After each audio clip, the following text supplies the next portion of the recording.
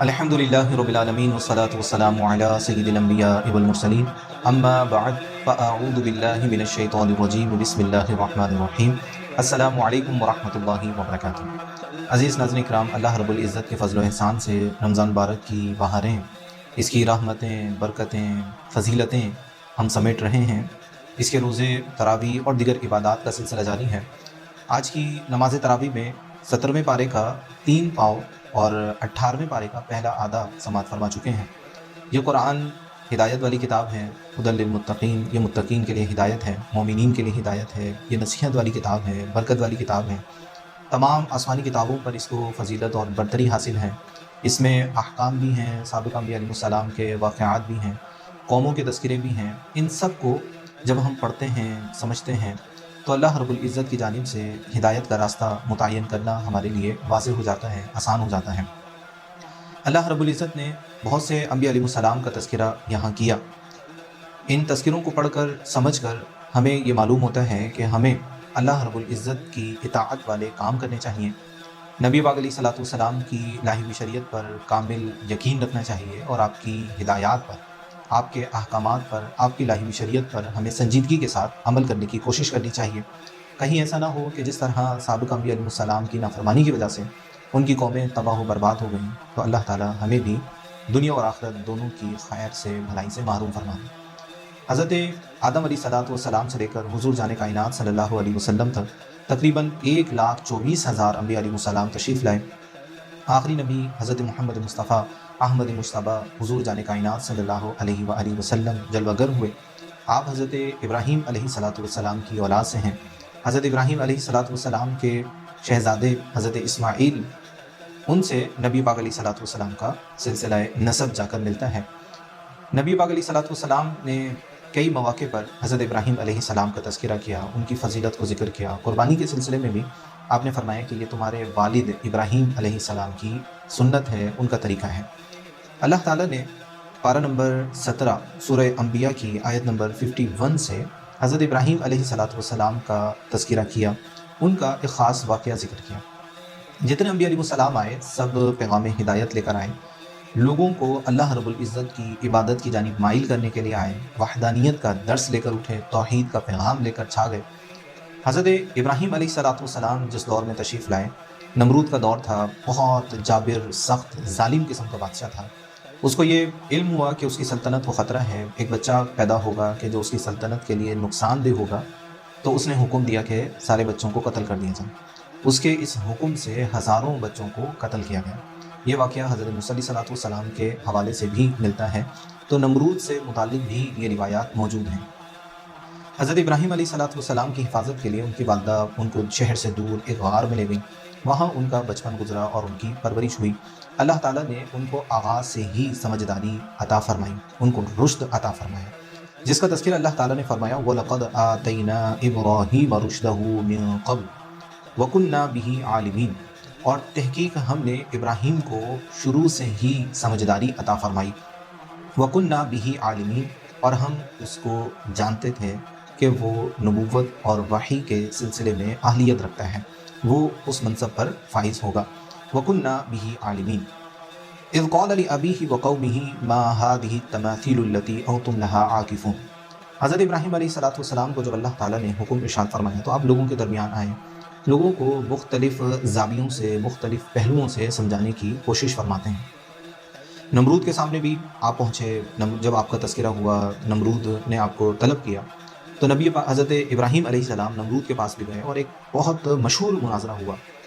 آپ نے رب کے حوالے سے وہاں پر جو بیان کیا، نمرود نے پوچھا کہ رب کون ہے، آپ کا رب کیا ہے جس کی آپ تبلیغ کر رہے ہیں، جس کے بارے میں آپ بتا رہے ہیں؟ تو آپ نے اللہ رب العزت کا جو تعارف وہاں پیش کیا، اس کی جو قدرت کا ذکر کیا۔ آپ فرماتے ہیں کہ میرا رب وہ ہے جو مردوں کو زندہ کرتا ہے، زندوں کو موت دیتا ہے۔ حیات اور موت کا تذکرہ کیا تو نمرود کہنے لگا یہ تو میں بھی کر سکتا ہوں۔ اس نے اپنے قید خانے سے 2 لوگوں کو بلایا، جن میں سے ایک کو سزائے موت ہونی تھی، دوسرے کے لیے رہائی کا پروانہ جاری ہونا تھا۔ الٹ حکم جاری کر دیا، جو موت والا قیدی تھا اس کو رہا کر دیا، جو رہائی والا قیدی تھا اس کو موت دینے کہا، یہ تو میں بھی کرتا ہوں۔ آپ نے اس کے عقل و فہم کو سمجھ لیا کہ یہ کس ذہنیت کا اور کس سوچ کا حامل شخص ہے۔ آپ نے فرمایا میرا رب تو وہ ہے جو مشرق سے سورج کو نکالتا ہے مغرب پہ غروب کرتا ہے، تو مغرب سے نکال کر دکھا دے۔ تو اس پر وہ لاجواب ہو گیا، اور یوں حضرت ابراہیم علیہ السلام اس مناظرے میں فتح یاب ہوئے، اس گفتگو میں شرف فتح آپ نے حاصل کی۔ اسی طرح لوگوں کے مختلف گروہ کو فردن فردن اجتماعی اعتبار سے اب لوگوں کو سمجھانے کا سلسلہ جاری رکھتے ہیں۔ حضرت ابراہیم علیہ السلام لوگوں کے پاس جاتے ہیں اور انہیں اللہ رب العزت کی عبادت کے جانب مائل کرتے ہیں۔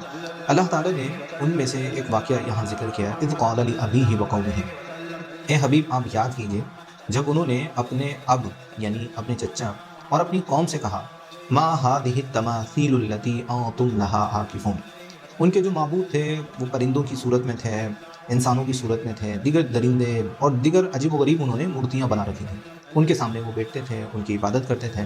نبی حضرت ابراہیم علیہ السلام نے ان سے کہا، ما هذه التماثیل التي انتم لها عاکفون، یہ کیسی مورتیاں ہیں، یہ کیسی تمثیل، یہ کیسی چیزیں ہیں جن کے سامنے تم بیٹھے ہو، عبادت کر رہے ہو، جم کر عاجزی کے ساتھ ان کے سامنے جھکے ہوئے ہو، یہ کیا ہیں؟ قالوا وجدنا آباءنا لها عابدین، تو انہوں نے کہا یہ ہمارے معبود ہیں، ہم ان کی عبادت کر رہے ہیں۔ ان کی عبادت کیوں کر رہے ہیں اس کی دلیل انہوں نے دی، وجدنا آباءنا لها عابدین، ہم نے اپنے آباء و اجداد کو، اپنے باپ داداؤں کو اسی طرح ان کے سامنے جھکتا ہوا، بیٹھتا ہوا، عبادت کرتا ہوا پایا، تو ہم بھی ان کی عبادت کر رہے ہیں۔ حضرت ابراہیم علیہ السلام تنہا تھے، وہاں قہر، جبر، سلطنت کی طاقت تھی، بڑی فوجیں تھیں، لیکن آپ بڑی شجاعت کے ساتھ اور جرت کے ساتھ دین کی تبلیغ فرماتے تھے۔ ان کے معبود خدا، ان کے معبودوں کو آپ علی الاعلان برا بلا کہتے تھے، اور ان کی تذلیل کرنے اور ان کی ہدایت کی آپ کوشش کرتے تھے کہ لوگ ان کی عبادت کو چھوڑیں۔ آپ نے فرمایا، قال لقد کنتم انتم وآباؤکم فی ضلال مبین، کہ تم اور تمہارے باپ دادا یہ سب کھلی گمراہی میں تھے۔ تمہارے باپ دادوں کو اگر تم نے دیکھا کہ ان کے سامنے جھکے ہوئے ہیں، ان کی عبادت کرتے ہیں، تو وہ غلط کر رہے تھے۔ وہ غیر خدا کو خدا بنا بیٹھے، جن کو انہوں نے اپنے ہاتھوں سے بنایا، ان کی مرمت کی، ان کو وجود دیا، وہ کیسے خدا ہو سکتے ہیں؟ تو وہ بھی گمراہ تھے، اور تم اگر ان کے پیچھے چلتے ہو تو تم بھی گمراہ ہو، تو ان کی عبادت نہ کرو، ان کو چھوڑ دو۔ حضرت ابراہیم علیہ السلام نے ان کے سامنے یہ کیا، تو انہوں نے کہا، قالوا، اللہ تعالیٰ فرماتا ہے، وہ کہنے لگے، اجئتنا بالحق ام انت من اللاعبین، آپ ہمارے پاس حق لے کر آئے ہیں یا ویسے ہی کھیل کر لیں؟ یعنی واقعی طور پر آپ سنجیدہ ہیں جو بات آپ کہہ رہے ہیں کہ ہم جن کی عبادت کر رہے ہیں یہ ناحق سلسلہ ہے، وہ باطل معبود ہیں، کیا واقعی طور پر آپ حقیقت بتا رہے ہیں یا پھر آپ ہم سے ویسے ہی مذاق کر رہے ہیں، ویسے ہی کھیل کھیل رہے ہیں؟ اب حضرت ابراہیم اللہ کے نبی ہیں، وہ کیسے مذاق کر سکتے ہیں؟ وہ یقیناً جو بات کہہ رہے ہیں وہ اللہ کی طرف سے ہی ہے، وہ حق ہی ہے، وہ بالکل سنجیدگی کے ساتھ وہ بات کہہ رہے ہیں کہ یہ معبود نہیں ہے۔ پھر آپ نے بڑی شان سے ان کے غلط ہونے، ان کے باطل ہونے اور مذاق نہ کرنے کو بیان کیا۔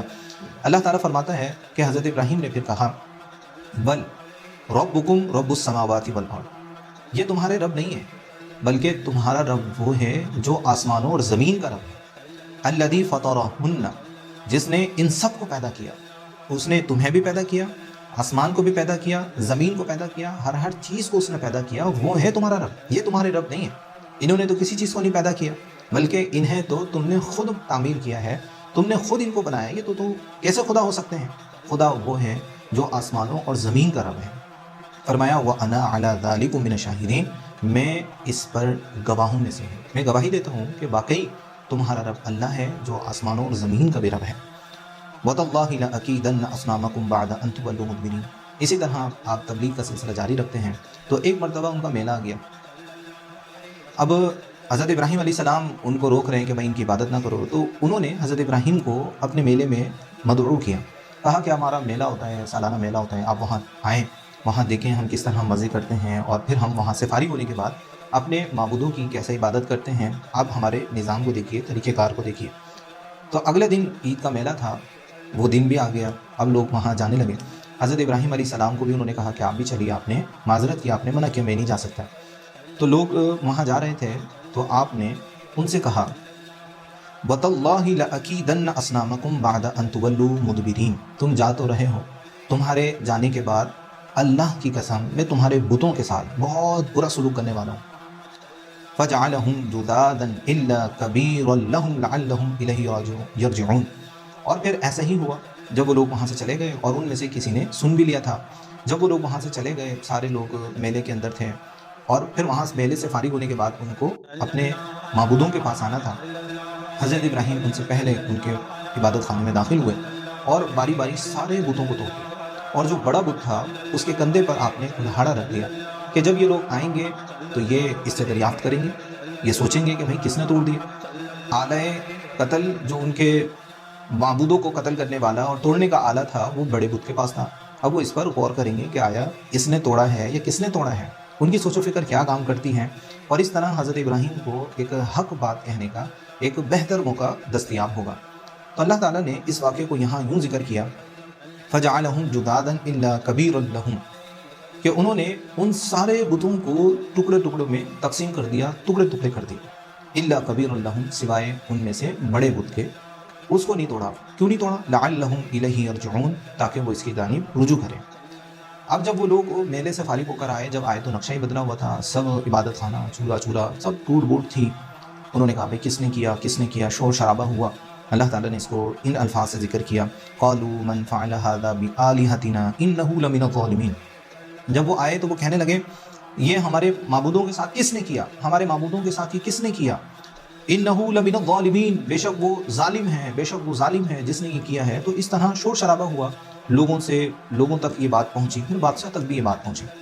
تو جب وہ لوگ میلے میں جا رہے تھے تو حضرت ابراہیم علیہ السلام اپنے ارادے کا اظہار کر رہے تھے، تو کچھ لوگوں نے سن لیا تھا، اور اس کے علاوہ بھی لوگوں نے حضرت ابراہیم کی باتوں کو سنا ہوا تھا۔ تو قالوا سمعنا فتى يذكرهم يقال له ابراہیم، تو بعض لوگ کہنے لگے کہ یہ جو کام ہے اس کے پیچھے ایک شخص ہو سکتا ہے۔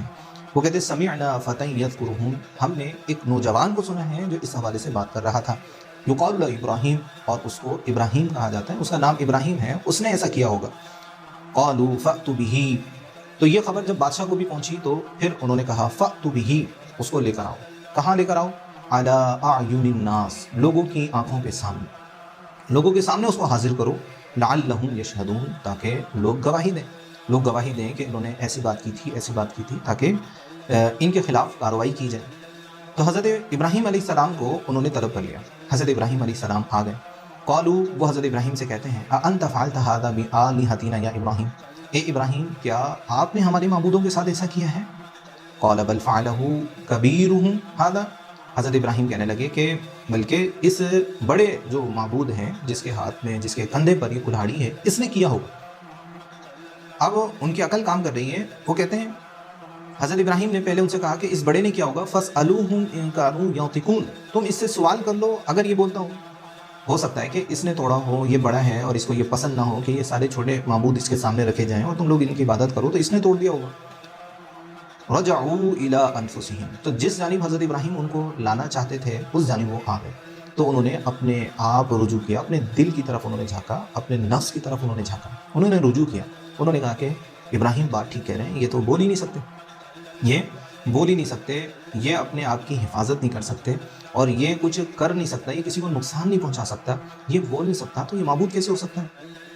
فَقَالُوا إِنَّكُمْ أَنْتُمُ الظَّالِمُونَ، تو وہ اپنے آپ سے کہنے لگے کہ تم ہی ظالم ہو، تم ہی۔ اب انہیں حقیقت سمجھ میں آنے لگی تھی، لیکن بدبختی بھی ان کے مقدر میں تھی۔ اللہ فرماتا ہے ثُمَّ نُكِّسُوا عَلَىٰ رُؤُوسِهِمْ، پھر وہ اپنے سر کے بل اوندے کر دیے، پھر وہ دوبارہ بت پرستی میں شامل ہو گئے، دوبارہ پھر انانیت میں، دوبارہ ضد کے اندر آ گئے کہ نہیں جی یہی معبود تھے، پہلے جیسے بھی تھے یہ ہمارے معبود تھے، اور جس نے توڑا ہے ہم اس کے لیے سزا کا انتخاب کریں۔ فَقَالُوا إِنَّكُمْ أَنْتُمُ الظَّالِمُونَ، تو وہ کہنے لگے کہ آپ ہی ظالم ہیں، یعنی اپنے آپ سے وہ خطاب کرنے لگے ہم ہی ظالم ہیں۔ ثُمَّ نُكِّسُوا عَلَىٰ رُؤُوسِهِمْ، پھر ان کو ان کے سر کے بل اوندا کر دیا گیا۔ لَقَدْ عَلِمْتَ مَا هَٰؤُلَاءِ يَنطِقُونَ، پھر انہوں نے حضرت ابراہیم سے کہا کہ ابراہیم آپ تو جانتے ہیں کہ یہ کچھ بول نہیں سکتے، یہ کچھ بول نہیں سکتے، تو آپ کیسے ہم سے کہہ رہے ہیں کہ ہم ان سے سوال کریں؟ تو وہ حقیقت سے قریب تھے، لیکن پھر بھی دوبارہ گمراہیت، دوبارہ بت پرستی کے اندر وہ مبتلا ہو گئے۔ تو کہنے لگے، حضرت ابراہیم نے ان سے کہا افتعبدون من دون اللہ، پھر تم کیسے اللہ کو چھوڑ کر ان کی عبادت کر رہے ہو؟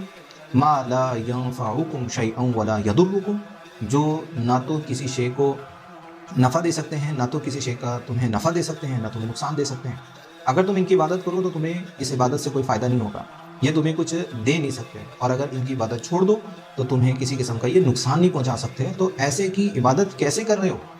اس رب کی عبادت کرو جو زمین و آسمان سب کا رب ہے، جو تمہیں فائدہ بھی پہنچا سکتا ہے، جو تمہیں عذاب بھی دے سکتا ہے، جو تمہارے لیے نفع و ضرر کا مالک ہے، جو موت و حیات کا مالک ہے، جس نے اس کائنات کو پیدا کیا، اس رب کی طرف آؤ نا، اس کی عبادت کرو۔ افتعبدون من دون اللہ ما لا ينفعکم شیئا ولا یضرکم، تو کیسے تم اللہ کو چھوڑ کر ان کی عبادت کر رہے ہو جو تمہیں نہ تو نفع دے سکتے ہیں نہ نقصان پہنچا سکتے ہیں۔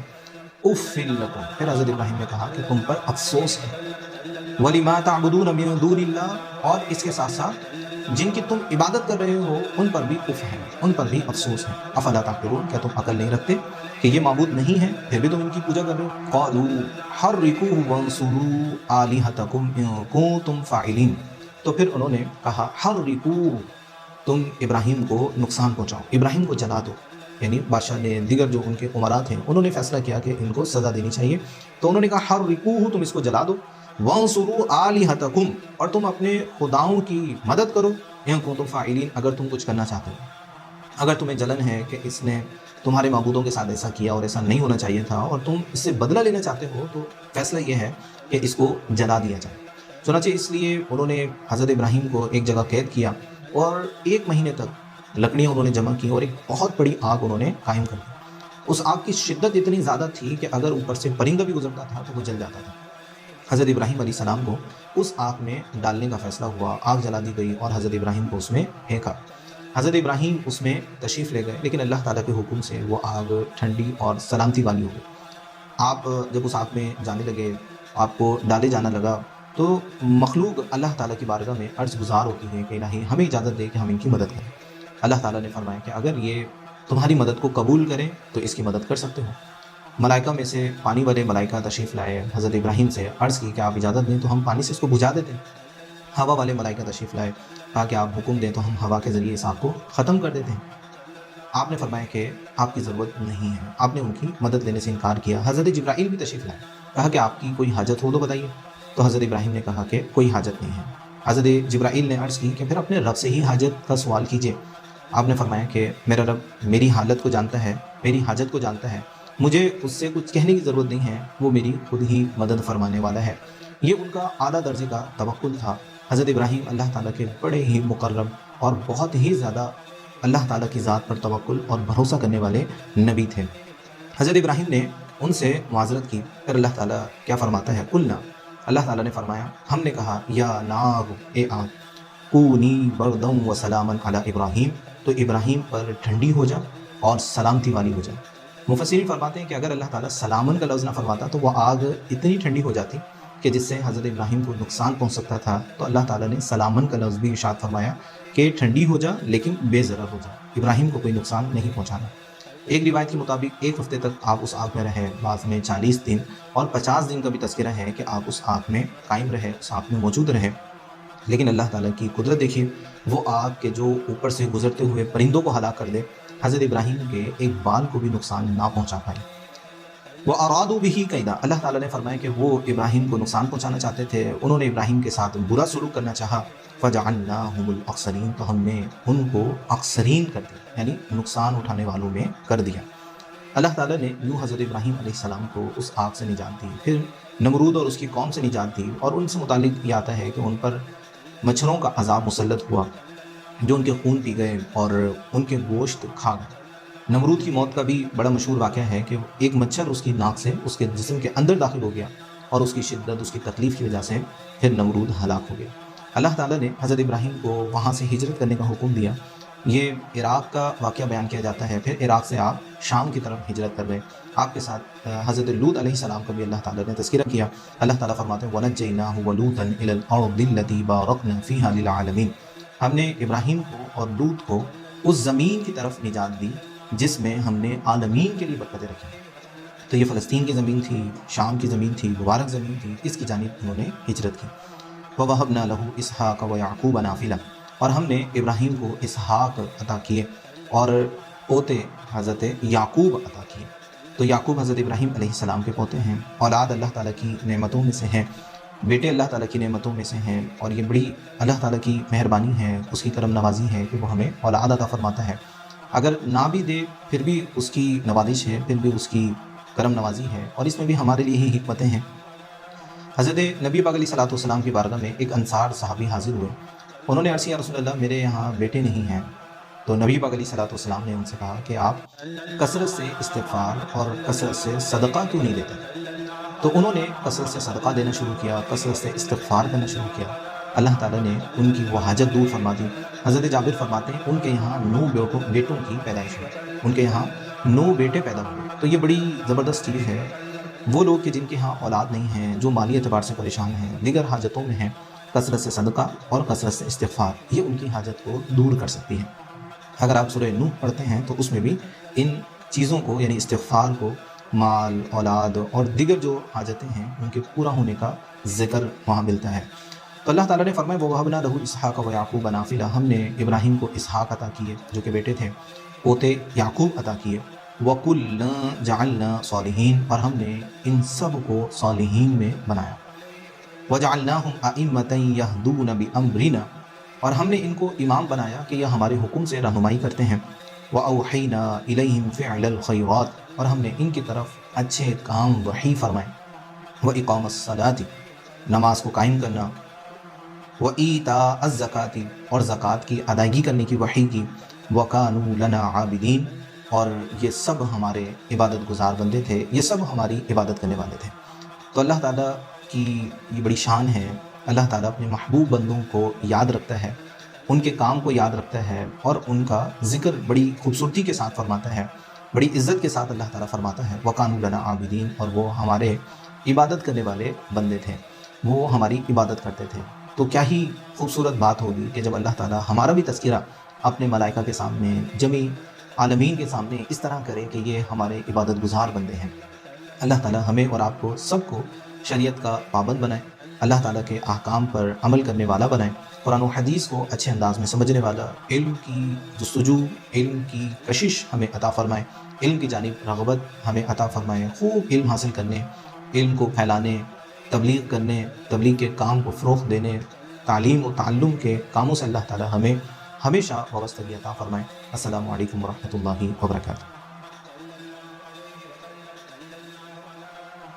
الحمد للہ رب العالمین والصلاة والسلام علی سید الانبیاء والمرسلین، اما بعد فاعوذ باللہ من الشیطان الرجیم، بسم اللہ الرحمن الرحیم۔ خواتین و حضرات، السلام علیکم ورحمۃ اللہ وبرکاتہ ومغفرتہ۔ پروگرام درس قرآن ہے اور 14واں درس 2026 1447 ہجری آپ کی خدمت میں ایک دفعہ پھر حاضر ہے، اور آج ہمارا جو ٹاپک ہے وہ شفاعت کا ٹاپک ہے۔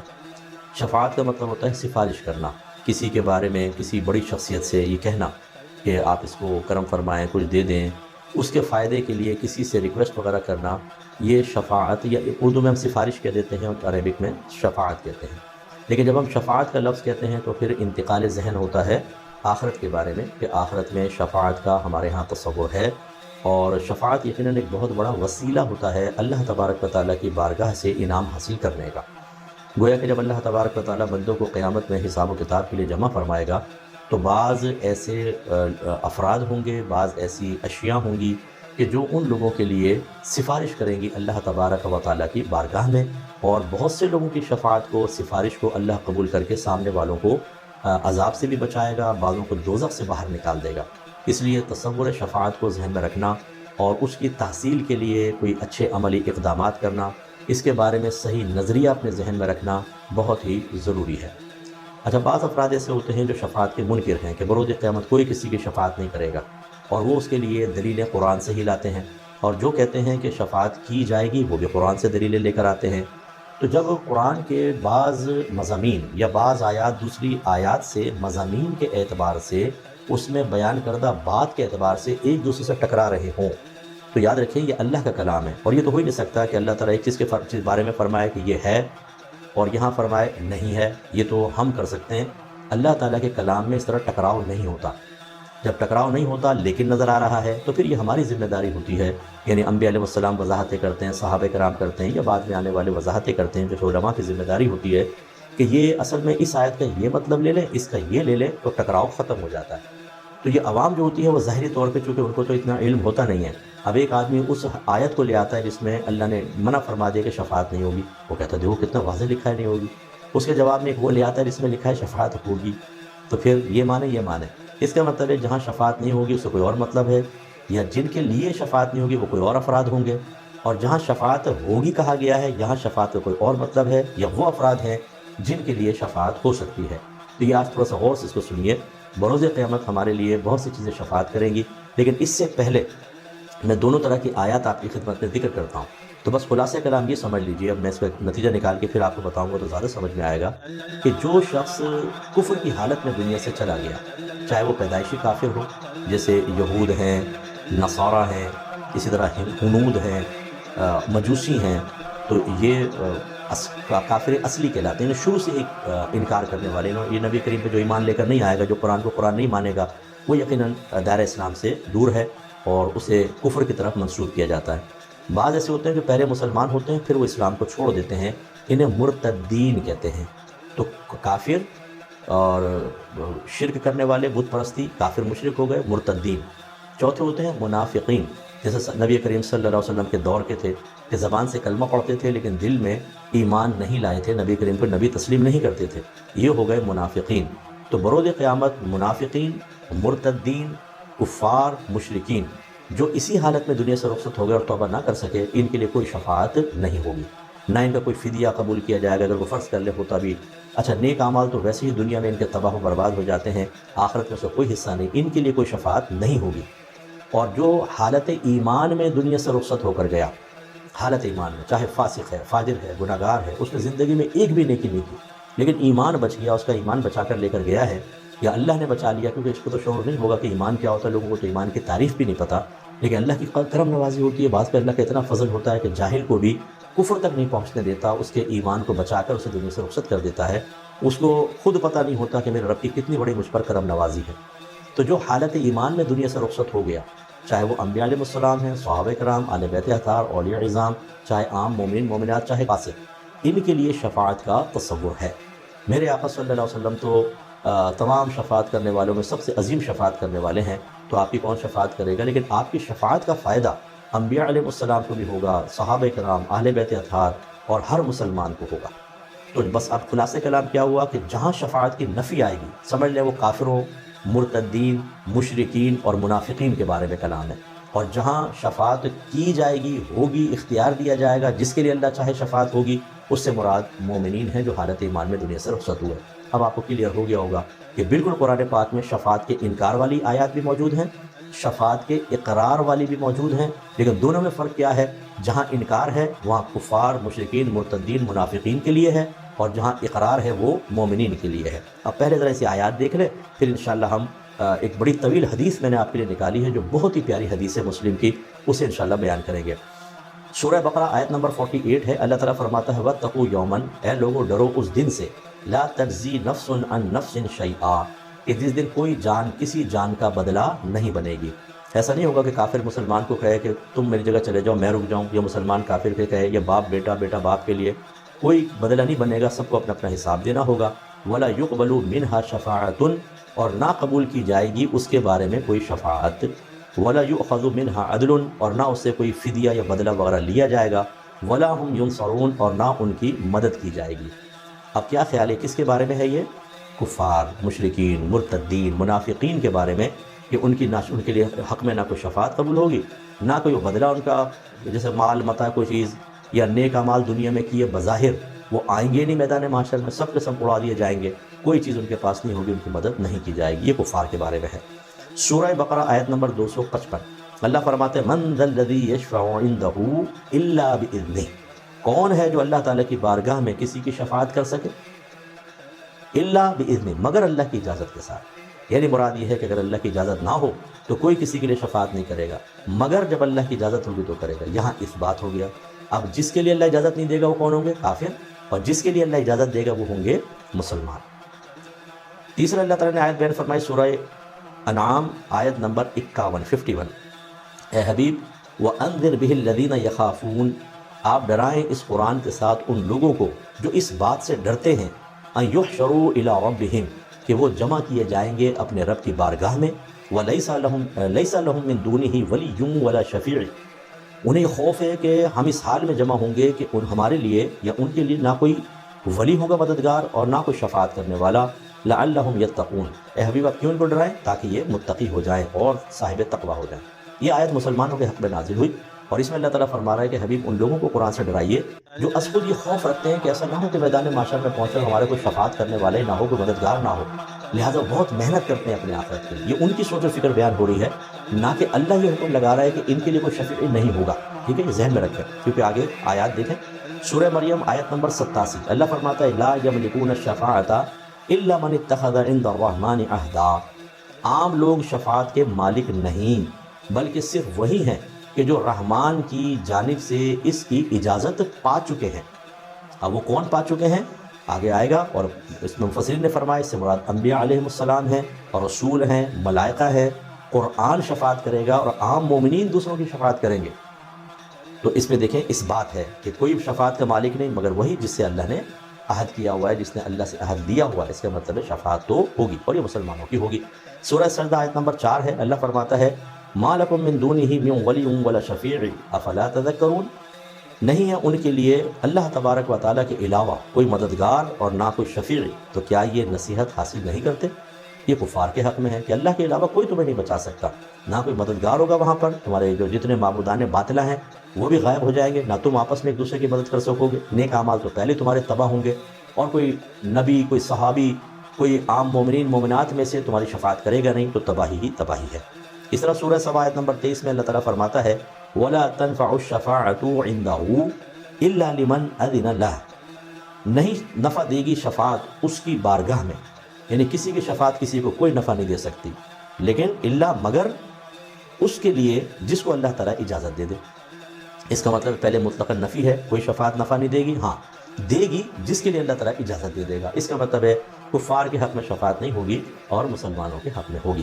تو بس یاد رکھیں جب ہم میدان محشر میں آئیں گے، اللہ تعالیٰ کی بارگاہ میں پہنچیں گے، تو سب سے بڑے شفیع اعظم میرے آقا صلی اللہ علیہ وسلم ہیں۔ آپ بھی شفاعت فرمائیں گے، انبیاء علیہ السلام، صحابہ کرام، اولیاء عظام اور علماء، فقہاء، مجتہدین، حتیٰ کہ عام مسلمان بھی دوسرے کی شفاعت کرے گا۔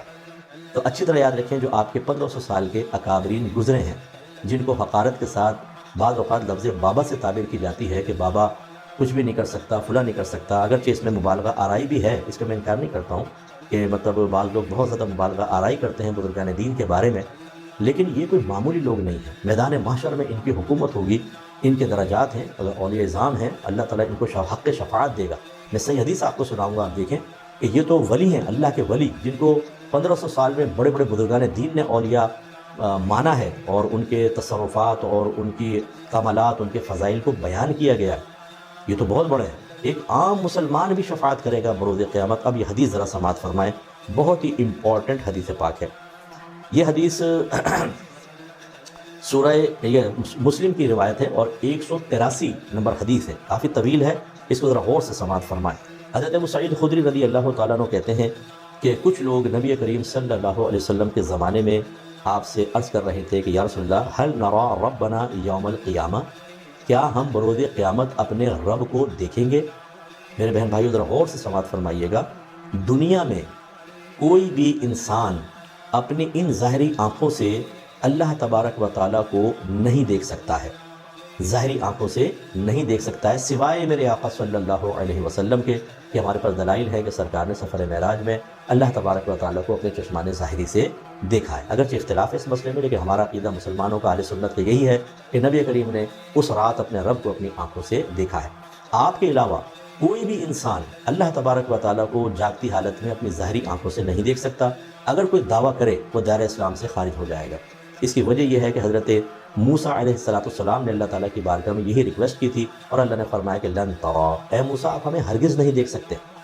پھر اللہ نے فرمایا جب اصرار کیا کہ اچھا اس پہاڑ کی طرف دیکھیں، اگر یہ قائم رہا تو عنقریب آپ مجھے دیکھ لیں گے۔ اور جب اللہ نے تجلی فرمائی وہ ریزہ ریزہ ہو گیا پہاڑ، اتنی یعنی ہیٹ جس کو آپ کہتے ہیں، اب وہ کس قسم کی گرمی تھی وہ الگ بات ہے، اتنی تجلی تھی، اتنی زبردست تجلی کہ پہاڑ کوئلے کی طرح ہو گیا، اور موسیٰ علیہ السلام بے ہوش ہو کر زمین پر تشریف لے آئے۔ بعض لوگ اس کو بھی ذرا حقارت کے ساتھ ذکر کرتے ہیں، ہرگز نہیں، کسی نبی کا ذکر حقارت سے ہرگز نہ کریں، ایمان ختم ہو سکتا ہے۔ آپ غور کریں کہ تجلی رب سے پہاڑ ریزہ ریزہ ہو گیا، اور موسیٰ علیہ السلام گوشت پوشت کے انسان صرف بے ہوش ہوئے ہیں، طاقت دیکھیے کتنی زبردست ہے۔ لیکن اللہ تبارک و تعالیٰ نے اس معاملے میں اپنے حبیب کریم صلی اللہ علیہ وسلم کو موسیٰ علیہ السلام پر فوقیت عطا فرمائی، وہ اللہ کی مرضی ہے۔ تو جب ایک نبی اللہ کو ظاہری آنکھوں سے نہیں دیکھ سکا اور اللہ نے منع فرمایا لن ترانی، آپ ہمیں ہرگز نہیں دیکھ سکتے، تو عام آدمی کے بارے میں اگر یہ دعویٰ کرے کہ وہ دیکھ لیتا ہے تو گویا کہ آپ نے اس کو نبی سے بڑھا دیا، اور جس کو نبی سے بڑا سمجھا جائے تو انسان دائرۂ اسلام سے خارج ہوگا۔ لیکن آخرت میں ہر مومن اللہ تبارک و تعالیٰ کو دیکھے گا۔ بعض لوگ نبی کریم صلی اللہ علیہ وسلم سے اللہ تبارک و تعالیٰ کو دیکھنے کی نفی کے لیے عقلی دلائل دینا شروع کر دیتے ہیں۔ یہ کیسے ہو سکتا ہے کہ کوئی اللہ کو دیکھ لے، کیسے ہو سکتا ہے، تو بروز قیامت کیسے ہو جائے گا؟ دنیا کا قانون علیحدہ ہے، آخرت کا قانون علیحدہ ہے۔ اللہ کو دیکھنا ممکن ہے، اللہ تبارک و تعالیٰ کا دیکھنا اس طرح ناممکن ضرور ہے کہ آپ پوری ذات کا احاطہ کر لیں، یہ نہیں ہوگا، لیکن اللہ تبارک و تعالیٰ کو اس کی ذات کا احاطہ کیے بغیر، اپنی نظروں سے اس کو گھیرے بغیر بالکل دیکھنا ثابت ہے۔ اس کو یوں سمجھ لیں کہ آپ میرے ہاتھ دیکھ رہے ہیں، آپ کہیں گے پورا ہمیں نظر آ رہا ہے، یہ گویا کہ آپ کی آنکھوں نے میرے ہاتھ کا احاطہ کر لیا، گھیر لیا۔ لیکن اگر یہی ہاتھ میں آپ کی بالکل آنکھ کے یہاں رکھ دوں اور میں کہوں اب آپ دیکھیں، تو آپ کو میری ہتھیلی کا اتنا سا حصہ نظر آئے گا، پورا ہاتھ نظر نہیں آئے گا۔ بس یہ بلا تمثیل سمجھانے کے لیے کہہ رہا ہوں کہ اگر ہم اللہ تعالیٰ کو دیکھیں گے بھی تب بھی رویت تو ہوگی، زیارت تو ہوگی، لیکن ذات باری تعالیٰ کا احاطہ نہیں ہو سکتا۔ بلا تمثیل کا مطلب یہ ہے کہ یوں نہ سمجھیے گا کہ ایسے ہی اللہ تعالیٰ کو ہم دیکھیں گے۔ معاذ اللہ کوئی شکل میں کوئی ہے کہ پوری باڈی اتنی بڑی ہے کہ تھوڑی سی نظر آ رہی ہے، باقی نہیں، ایسا نہیں ہے۔ وہ اللہ تبارک و تعالیٰ نور ہے، اور کیسا نور ہے اس کا اندازہ ہمیں نہیں ہو سکتا۔ بس وہ زیارت کروائے گا، لیکن اس کی پوری ذات کا احاطہ ہماری آنکھوں سے نہیں ہوگا۔ تو لہذا جیسے اب امام اعظم ابو حنیفہ رضی اللہ تعالیٰ عنہ کے بارے میں منقول ہے کہ آپ نے خواب میں 100 بار اللہ کی زیارت کی۔ وہ خواب میں زیارت کی ہے نا، چشمان ظاہری سے تو کوئی بھی دعویٰ نہیں کر رہا، خواب میں تو ہو سکتی ہے زیارت، اس کا انکار کیوں؟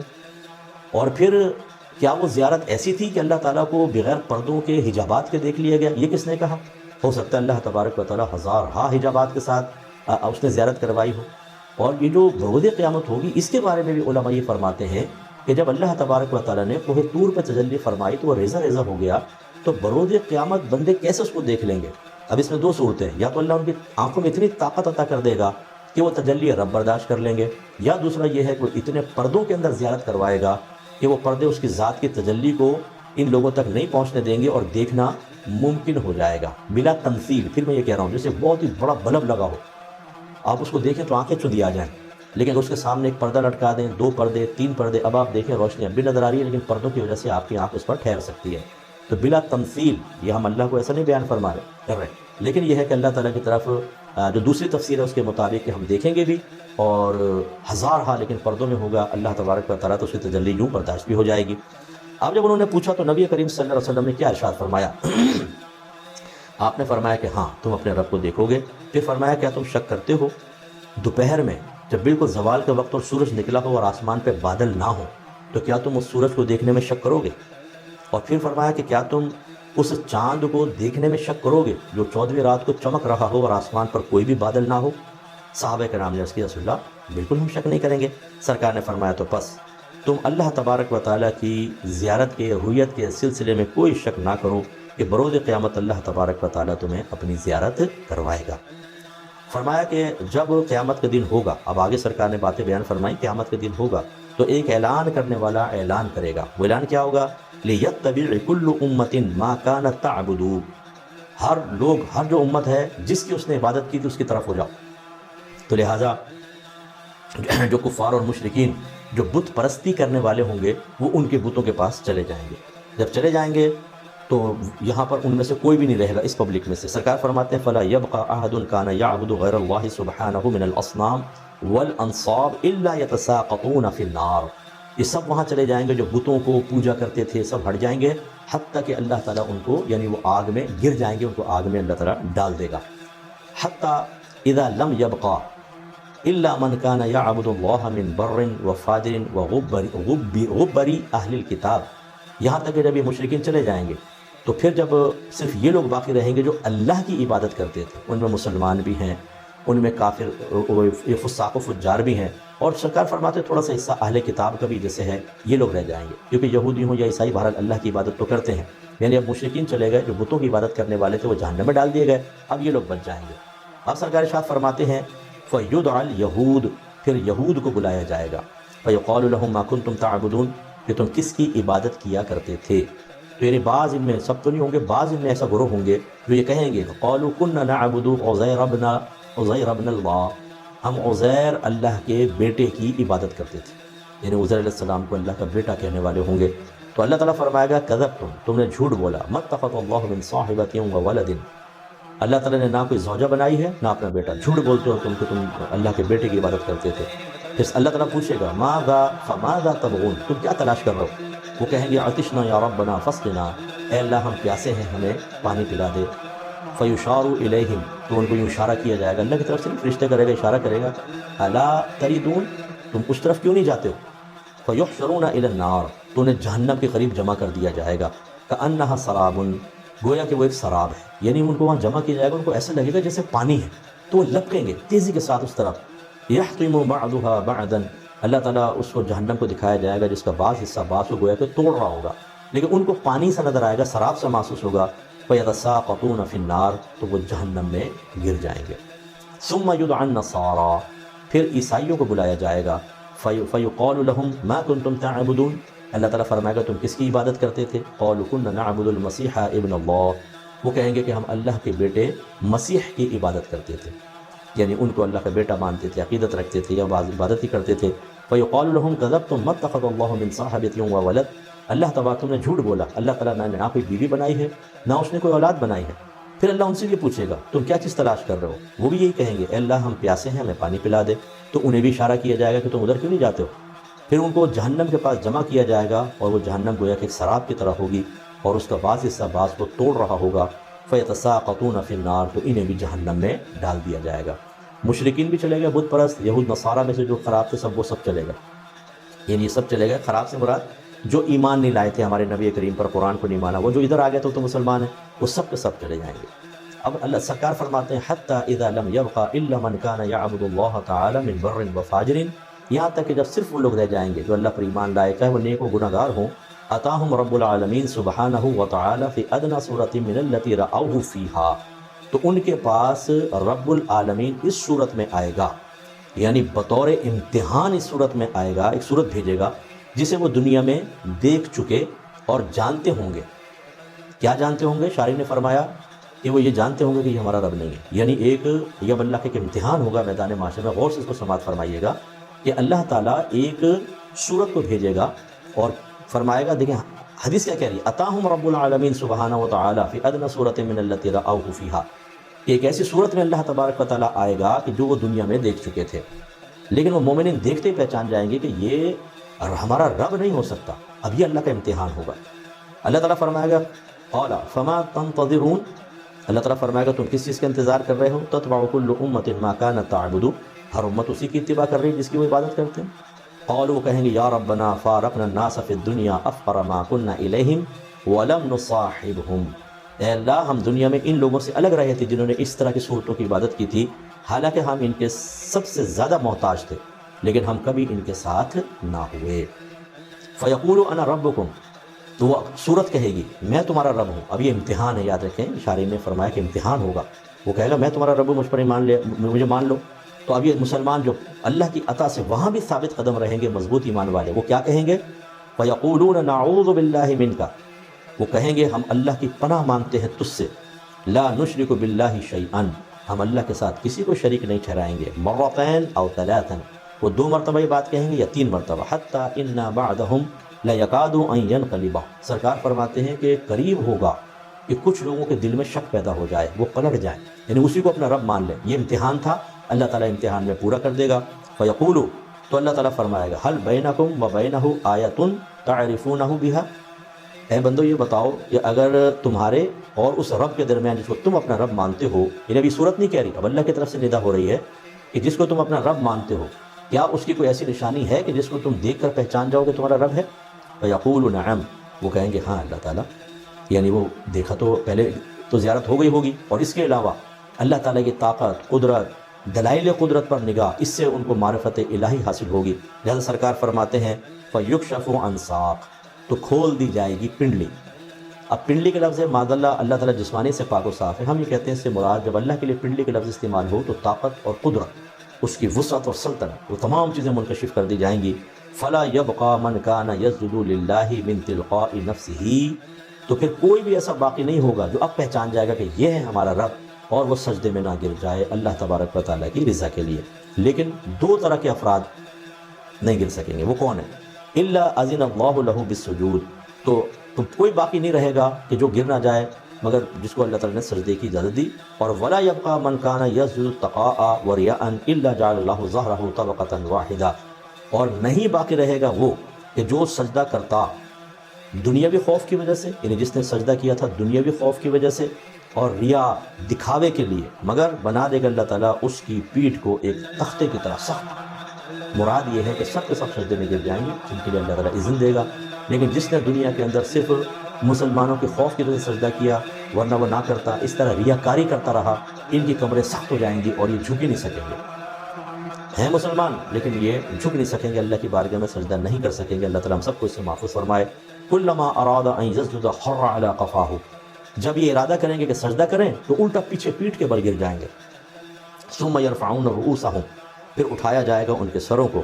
وقد تحول فی صورته التي رأوا فيها اول مرہ، پھر ان جو مسلمان جو ہوں گے جو سجدے میں گرے ہوئے ان کو سروں کو اٹھایا جائے گا اور ان کو پھیر دیا جائے گا اسی صورت کی طرف جس کو انہوں نے پہلی مرتبہ دیکھا تھا، یعنی اللہ کی زیارت کی تھی۔ فقالا، تو اللہ فرمائے گا انا ربکم، میں تمہارا رب ہوں۔ اب وہ پہچان چکے ہوں گے علامت سے بھی، اور پھر اب وہ جو دوسری صورت تھی جو بطور آزمائش تھی وہ ختم ہو جائے گی۔ اب اللہ تبارک و تعالیٰ وہ پہلی والی صورت دکھائے گا جس میں پہلی مرتبہ ان کو زیارت ہوئی ہوگی۔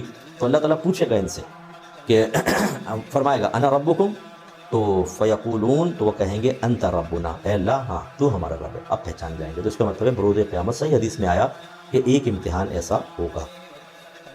فرماتے ہیں تو پھر اس کے بعد جہنم پر ایک پل قائم کیا جائے گا اور حلال ہو جائے گی شفاعت، یعنی اب شفاعت اسٹارٹ ہو جائے گی، اور یہ لوگ گزرتے ہوئے کہیں گے اللہم سلم سلم، اے اللہ سلامتی عطا فرما، سلامتی عطا فرما۔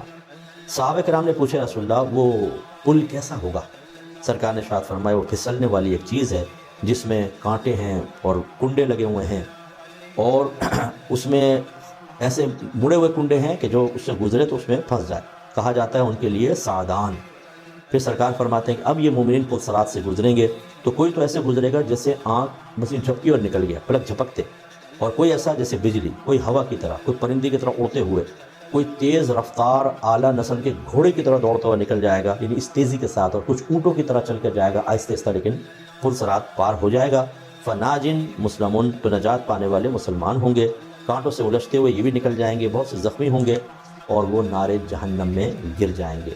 مقدوسن فی نار جہنم، تو جو مسلمان ہوں گے سب نکل جائیں گے، اور کچھ ایسے ہوں گے جو زخمی ہوں گے اور وہ کٹ کے جہنم میں گر جائیں۔ ابھی ہے مسلمان لیکن جہنم میں چلے گئے اپنے گناہوں کی وجہ سے۔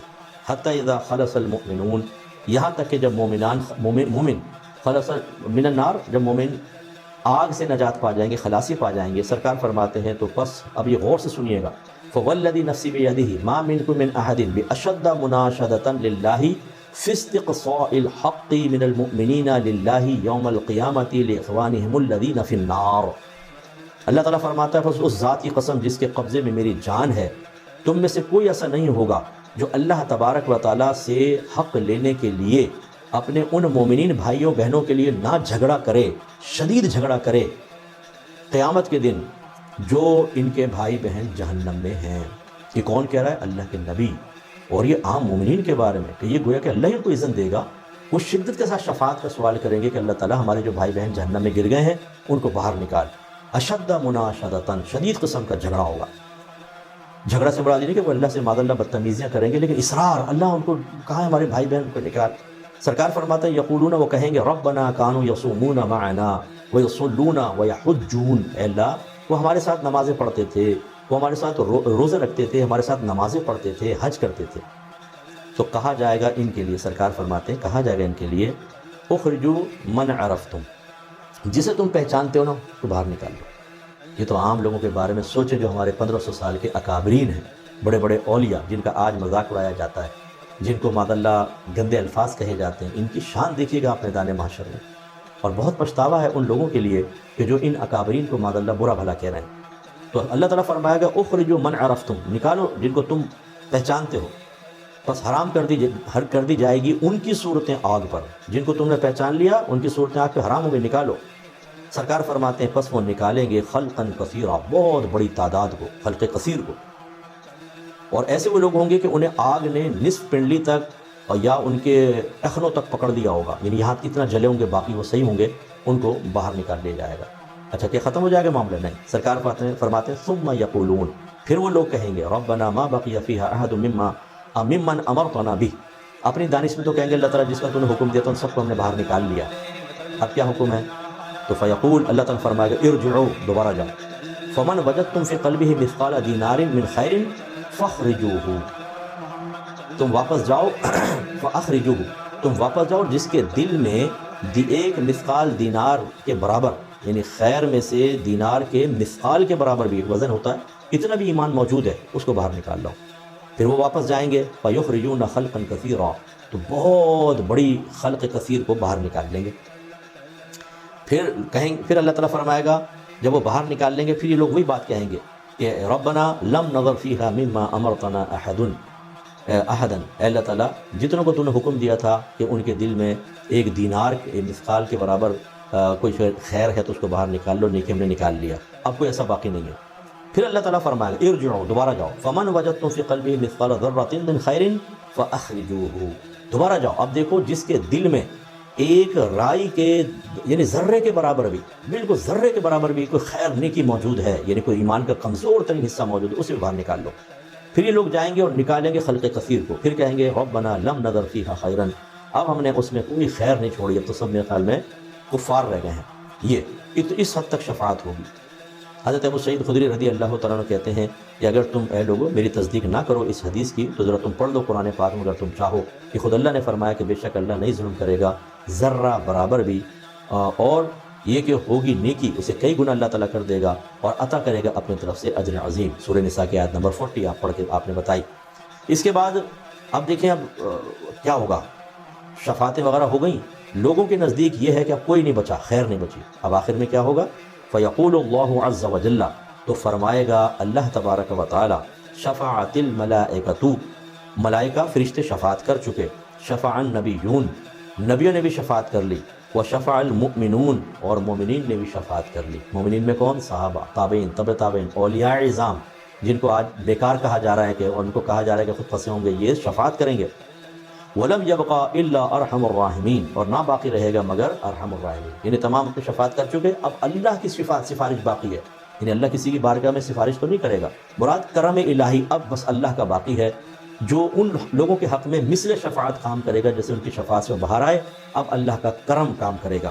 لہذا سرکار فرماتے ہیں فَيَقْبِضُ عُقْدَةً مِّنَ النَّارِ، تو اللہ تعالیٰ آگ سے اپنی شان کے لائق ایک مٹھی بھرے گا، فَيُخْرِجُ مِنْهَا قَوْمًا لَمْ يَعْمَلُوا خَيْرًا قَطُّ، تو نکلیں گے آگ سے اتنی تعداد بڑی قوم جنہوں نے کبھی کوئی نیکی نہیں کی ہوگی، قَدْ عَادُوا حُمَمًا، تو وہ جل کر کوئلے کی طرح سیاہ ہو چکے ہوں گے، فَيُلْقِيهِمْ فِي نَهْرٍ فِي أَفْوَاهِ الْجَنَّةِ، تو اللہ تعالیٰ ان کو جنت کے دروازوں کے سامنے ایک نہر میں غوطہ کرے گا، وہ ڈال دے گا اس میں، یقال له نہر الحیات، سرکار فرماتے ہیں اس نہر کو جس میں ڈالے گا اس کو نہر حیات کہتے ہیں۔ فَيَخْرُجُونَ كَمَا تَخْرُجُ الْحِبَّةُ فِي حَمِيمِ السَّيْلِ، تو وہ اس طرح نکلیں گے، ایسے ایک دم صاف ستھرے ہو جائیں گے جیسے نکلتا ہے کوئی دانہ سیلاب کی مٹی سے۔ سیلاب آتا ہے نا تو مٹی جب سائڈ میں جمع ہو جاتی ہے اس میں سے پودے نکلتے ہیں، مٹی کتنی خراب سی ہوتی ہے لیکن پودا کتنا صاف ستھرا سا نکلتا ہے۔ تو سرکار نے مثال دی کہ جب ملائکہ، انبیاء علیہ السلام، مومنین شفاعت کر چکے ہوں گے اور سب یہ گمان کر رہے ہوں گے کہ اب تو کوئی بھی خیر باقی نہیں رہی، پھر اللہ تعالیٰ اپنا کرم فرما کر باقی سب کو بھی مسلمانوں کو باہر نکال دے گا، حتیٰ کہ اس کے بعد کوئی ایک بھی مسلمان جہنم میں نہیں رہے گا۔ خلاصہ کلام یہ کہ شفاعت حق ہے، نبی کریم، اولیاء اعظام، صحابہ کرام شفاعت کریں گے، ان سے اپنے تعلق کو مضبوط کریں۔ مضبوط کرنے کا طریقہ کیا ہے؟ بہت سے، ایک تو اطاعت رب ہے، اطاعت رسول ہے، گناہوں سے بچیں، گناہ ہو جائے تو توبہ کریں۔ لیکن اب میں آخر میں جو آپ کو عرض کر رہا ہوں ذرا غور سے سنیے گا، ایصال ثواب کیا کریں، جو بھی آپ نیک عمل کریں، دیکھیں بحث میں نہ پڑیں، لوگوں کے بہت سے باتیں کریں گے، ہم جو آپ کو بات کہیں گے یہ ہمارے 1500 سالہ اکابرین کی قرآن و حدیث سے حاصل کردہ تعلیمات کا نچوڑ ہے۔ آپ بحث کرتے ہیں، آپ کے پاس دلائل نہیں ہوتے، وسوسے آتے ہیں۔ ہمارے اکابرین جو لکھا ہے وہ صاحب علم تھے، اور یہ یاد رکھیں جتنے یہ اعتراضات کرتے ہیں سوشل میڈیا پر بیٹھ کر، یہ سب ان بزرگوں کا صدقہ کھا کر عزت پا رہے ہیں۔ اس سے زیادہ میں کیا کہوں کہ یہ انہی کو پڑھتے ہیں، انہی سے علم حاصل کرتے ہیں، انہی سے ہائپ حاصل کرتے ہیں، پھر انہی کو برا بھلا کہا جاتا ہے اور آپ بیچارے پریشان ہو جاتے ہیں۔ تو بالکل یاد رکھیں، ہمارے اکابرین نے فرمایا کہ آپ جو بھی نیک عمل کریں، فرض، واجب، سنت، نفل، سب کا ثواب ایصال کر سکتے ہیں۔ تو آپ رات کو ہر روزانہ سونے سے پہلے اگر میرا مشورہ مان لیں، چلیں اگر کوئی کہتا ہے یہ صحیح نہیں کہہ رہے، کچھ بھی نہیں ہوگا، پھر بھی مان لیں، دیکھتے ہیں ان کی بات آخرت میں صحیح ہوتی ہے یا مجھ فقیر کی بات صحیح ہوتی ہے۔ روزانہ رات کو سونے سے پہلے اللہ کی بارگاہ میں یہ عرض کیا کریں، اے اللہ تعالیٰ میں نے جتنے بھی آج دن کے اندر نیک اعمال کیے، چاہے فرض، واجب، سنت، نفل کوئی بھی ہوں، میں ان سب کا ثواب نبی کریم صلی اللہ علیہ وسلم کی بارگاہ میں ہدیۃً تحفۃً پیش کرتا ہوں یا پیش کرتی ہوں، اور آپ کے وسیلہ جلیلہ سے حضرت آدم علیہ السلام صلاۃ والسلام سے لے کر آج تک جتنے دنیا سے پردہ فرما چکے، جتنے دنیا میں موجود ہیں اور جو قیامت تک آئیں گے، ان سب کے نام اعمال میں منتقل فرما دیں۔ یہ بس آپ کر کے سویا کریں، انشاءاللہ ہر ایک کو آپ کا یہ ثواب جو آپ نے ایصال کیا ہے وہ نور کی طرح پہنچے گا، اور جب آپ ساری زندگی ایسا کرتے رہیں گے تو آپ سوچئے کہ آپ نے کتنے ان کے درجات کی بلندی کا سامان کیا، کتنے ان کی قبروں میں انوار داخل کیے، کتنے ان کی نیکیوں میں اضافے کا سبب ہوا۔ اب جب آپ میدان محشر میں آئیں گے تو مجھے اللہ تعالیٰ کی رحمت سے امید ہے کہ انبیاء علیہ السلام آپ کو پہچانیں گے، کیونکہ آپ پوری زندگی ثواب کا تحفہ بھیجتے رہے ہیں۔ صحابہ کرام، اہل بیت اطہار، اولیاء عظام، اور پھر آپ کی شان دیکھیے گا یہ آپ کو کیسے سفارش کرتے ہیں۔ لہٰذا وساوس کو دور کریں، جو اکابرین کو برا کہتے ہیں، ان پہ لعنتیں کرتے ہیں، گالیاں بکتے ہیں، ٹھیک ہے وہ ان کا معاملہ ہے، ان سے آپ بحث بھی نہ کریں، وہ خود آخرت میں جواب دہ ہوں گے، ٹھیک ہے نا۔ جو اپنے والد کو کبھی کچھ نہ کہیں لیکن اکابرین کو کہیں، اور پھر ان کے بنیاد ایسی باتوں کو بنائیں جن میں خود اکابرین انوالو نہیں تھے یا ان کا قصور نہیں تھا، لیکن سوچے سمجھے بغیر ان کی طرف غلط باتیں منسوخ کر کے اس طرح کیا جائے، یہ بہت خطرناک ہے، آپ اس سے دور رہیں اور ایصال ثواب کریں۔ میدان معاشر میں انشاءاللہ سب آپ کی شفاعت کے لیے تیار ہوں گے اور بہت زبردست انعام ملے گا۔ اللہ تعالیٰ عمل کی توفیق عطا فرمائے، آمین۔ وآخر دعوانا ان الحمد للہ رب العالمین۔ مختصر سے دعا کر لیتے ہیں۔ بسم اللہ الرحمن الرحیم، الحمد للہ رب العالمین، والصلاة والسلام علی سید الانبیاء والمرسلین، یا ارحم الراحمین یا ارحم الراحمین یا ارحم الراحمین۔ ہم سب کا اس درس قرآن میں شرکت کرنا اپنی بارگاہ میں قبول و منظور فرما لے۔ اے اللہ تعالیٰ اس میں جو کمی کوتاہی رہ گئی اس کو معاف فرمائے۔ اس کا ثواب سرکار نامدار صلی اللہ علیہ وسلم کی خدمت باوقار میں ہدیۃً تحفۃً پیش کرتے ہیں، قبول و منظور فرما لے۔ آپ کے وسیلہ جلیلہ سے حضرت آدم علیہ السلام سے لے کر آج تک جتنے مسلمان دنیا سے پردہ فرما چکے، دنیا میں موجود ہیں، قیامت تک آئیں گے، ان سب کے نام اعمال میں، اور خصوصاً جتنے بھی بھائی بہنوں نے دعاؤں کے لیے ہاتھ اٹھایا ہوا ہے، ان کے جتنے مسلمان مرحومین ہیں ان سب کے نام اعمال میں منتقل فرما دے۔ اے اللہ ان کے درجات کو بلند فرما، ان کے قبور کو جنت کے باغوں میں سے ایک باغ بنا دے، ان کی قبروں کو تحد نگاہ وسیع فرما دے۔ ہمیں بھی موت سے پہلے پہلے اپنے قبور کو جنت کے باغوں میں سے ایک باغ بنانے والے اعمال اختیار کرنے، اور اپنے قبور کو جہنم کے گڑھوں میں سے گڑھا بنانے والے اعمال چھوڑ دینے کی توفیق عطا فرما۔ اے اللہ ہمیں بھی بروز قیامت نبی کریم صلی اللہ علیہ وسلم، دیگر انبیاء علیہ السلام، صحابہ کرام، اہل بیت اطہار، اولیاء عظام کی شفاعت کا مستحق بنانا۔ اے مالک مولا ہمیں صحیح عقیدہ لوگوں کے قریب رہنے کی توفیق عطا فرما، ہر غلط عقیدے والے، بد مذہب اور بد مذہبیت سے محفوظ فرما دے، ہمارے بچوں کے ایمان کی حفاظت فرما۔ اے اللہ ہمیں اہل سنت و جماعت کے ساتھ رہنے اور اپنے اکابرین کے ساتھ اپنے تعلق عقیدت کو مضبوط سے مضبوط تر کرنے کی توفیق عطا فرما۔ اے مالک مولا ہم سب کی تمام فکریں، پریشانیاں، مصیبتیں، آفتیں، ذہنی ٹینشن دور فرما دے۔ جو بے روزگار ہیں انہیں روزگار عطا فرما، جو کاروبار کر رہے ہیں، نوکری پیشہ ہے، اللہ تعالیٰ اس میں برکتیں اور ترقیاں عطا فرما، ہر بیمار کو شفائے کاملہ دے دے۔ جو بیماروں کی تیمارداری پر مقرر ہیں انہیں صبر، حوصلے، ہمت کے ساتھ خدمت کر کے اپنے درجات کی بلندی کا سامان کرنے کی توفیق عطا فرما۔ ہر بے اولاد کو نیک اور صالح اولاد عطا فرما۔ جو صاحب اولاد ہیں ان کی اولادوں کو نیک، پرہیزگار، متقی اور اپنے والدین کی آنکھوں کی ٹھنڈک بنا دے۔ جن گھروں میں جوان بہنیں بیٹیاں موجود ہیں ان کے اچھے رشتے دلوا دے۔ جن پہ قرضے ہیں اللہ تعالیٰ بڑی عزت کے ساتھ ان کے قرضوں کو اترنے کے اسباب غیب سے مہیا فرما دے۔ اے مالک مولا جو دنیاوی وجوہات کی بنا پر آپس میں ناراض ہیں انہیں محبت سے رہنے کی توفیق عطا فرما۔ جو بیجا مقدمات میں گرفتار ہیں اے مالک مولا ان کو رہائی عطا فرما دے، ان کو نجات عطا فرما۔ جو جیلوں میں بے قصور بند ہیں اللہ تعالیٰ ان کی باہر نکلنے کے سبیلے بنا دے۔ اے پاک پروردگار ہمارے ملک پاکستان کو استحکام عطا فرما، ہر اندرونی بیرونی سازش سے اس کو محفوظ فرما۔ ہمارے جتنے ادارے ملک کی حفاظت پر معمور ہیں اللہ تعالیٰ غیب سے ان کی حفاظت فرما۔ ہمارے بچوں کی حفاظت فرما جو سرحدوں پر سیسا پلائی ہوئی دیوار کی طرح کھڑے رہتے ہیں، اپنے سینوں پر گولیاں کھاتے ہیں، ہمیں محفوظ رکھتے ہیں اللہ تعالیٰ ان سب کی حفاظت فرما۔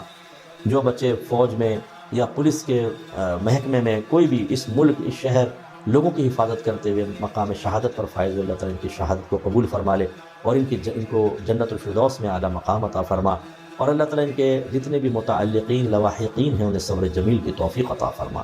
اے پاک پروردگار میں خصوصی دعا کرتا ہوں اپنے ان بھائی بہنوں کے لیے جو ہماری الفرقان اسکالرز اکیڈمی سے مالی تعاون کرتے ہیں، ہمارے لیے آسانی فراہم کرتے ہیں، ہم علماء بناتے ہیں، مفتیان کرام تیار کرتے ہیں، ہماری بچیاں عالمہ مفتیہ بن رہی ہیں اللہ تعالیٰ، اور بڑی ہماری اکیڈمی اس کی کنسٹرکشن میں خاص طور پہ جن بہن بھائیوں نے حصہ ملایا اور حصہ ملا رہے ہیں اللہ تعالیٰ ان سب کے بہت درجات بلند فرما۔